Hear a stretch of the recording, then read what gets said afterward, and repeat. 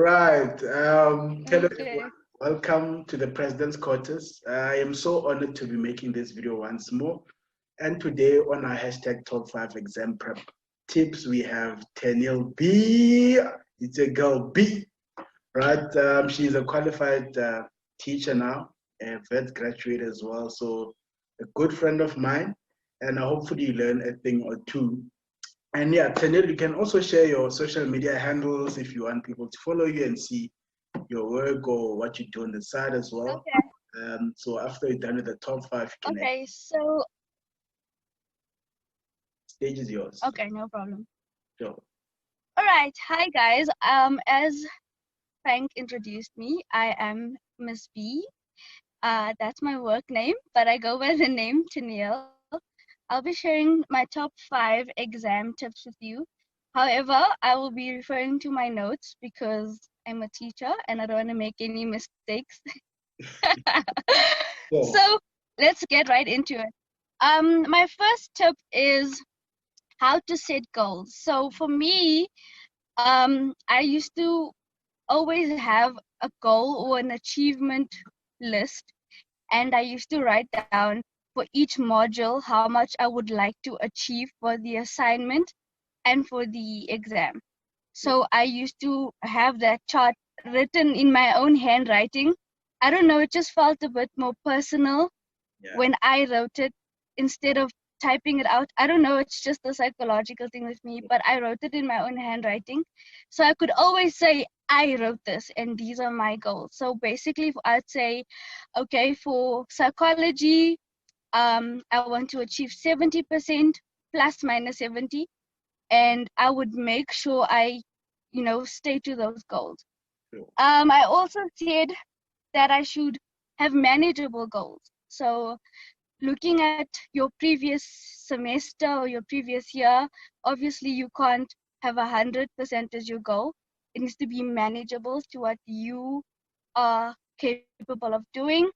I also said breaking down your goals into manageable tasks. That just makes it easy to keep track of your goals and your goal setting. Yeah. And number 2, I said note taking. So one of the most important study tips for me is note taking. And I said having beautiful notes really helped me through varsity. I don't know if I can show an example, Yeah, if you have it. but this is like what I used to do. Nice. So basically, I'd summarize the whole topic onto 2 pages, Yeah. everything. So I used to file that in a file, and other students used to scan my notes. So basically, yeah, making beautiful notes was my thing, and I think I should go into that career. What do you think, Frank? No, because even you're a teacher, that's always an option. Tutoring on the side, or make. You know? Then you can write a young textbook on how to make notes or have your own channel I on how to actually do it. I think we have avenues. Maybe Yeah. it's in the prospects. Thank you. Yeah. I'll look into it. I also start with making notes. Start making your notes early. So the minute you finish the section at campus, immediately do the notes for it. So the time exams come around, you already have the notes, you're just studying, and that goes into my third tip, practicing past papers. Sure. So you already have your notes, and you just go into practicing past papers, you go into tasks, tutorials, making sure you know what is expected of you firstly, how your course is examined. So I also used to familiarize myself with the course outline. So what are the expectations of this course for me? And I would basically make a checklist. And when I do my past paper, I have my checklist, making sure that I know how much marks are awarded to something and what is expected, right? So that's tip number 3, doing past papers and referring to your course outline, making sure you are assessed fairly. Sure. And then into number 4, I said use your class time wisely and stay on task.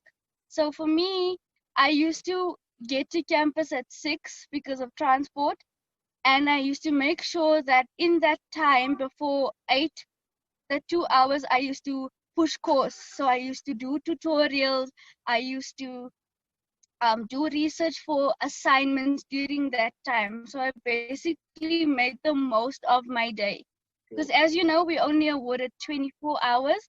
So I made sure every hour, even after campus, when I waited for my transport, I went to the library and I did pushed an hour.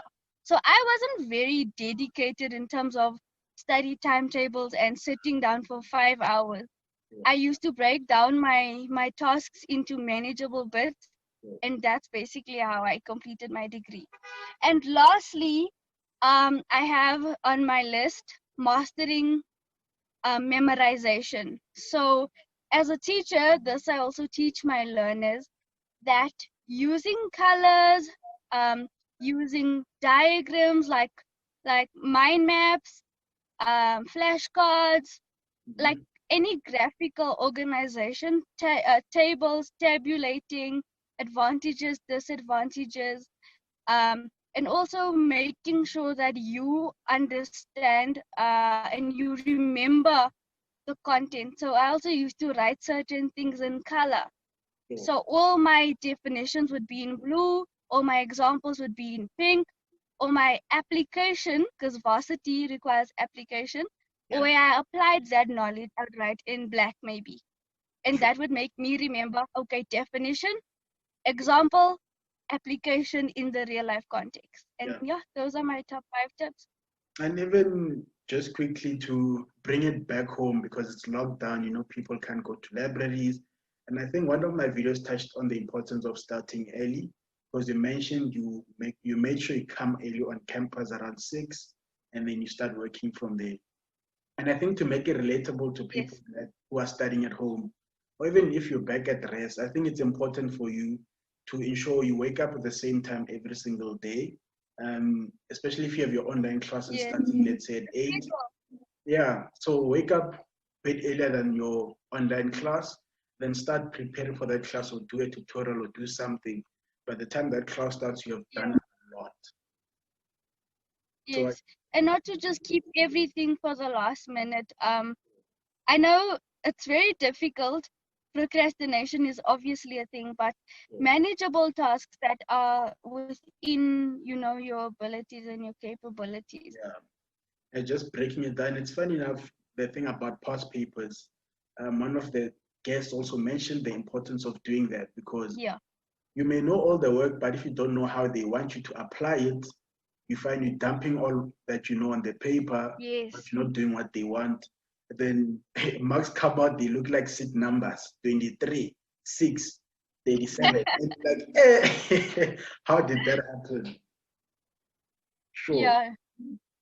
No, thank you very much. As I said, also, I always on my videos, I want them to be sweet and short, because I want people to learn and then go apply as much as they can. So, Tennille, any last words, any code that you like, you leave us with, any social media tags you want to leave us with, so that they can follow you up, and I will be celebrity. You're chilling with the president. Okay. Yeah. So, the president quarters, I don't know what you call your subscribers, but for all of them, please follow me on Instagram, Fuzzy, FIZZII _ the warrior, and my business, the Silver Lollipop, on Instagram and on Facebook. Yeah. And I look forward to hearing from you guys. Or even and my book, stay ready so that you are ready. 100%. No, thank you very much. And I'm glad you mentioned Silver Loli as well. Maybe just 5 seconds, tell them what do you do. And then obviously when they follow you on social media, you can get your products as well. All right, so the Silver Lollipop is a local bespoke luggage manufacturer. We produce bespoke luggage to our customer specifications. So they send me what they like or their design, and I bring that design to life.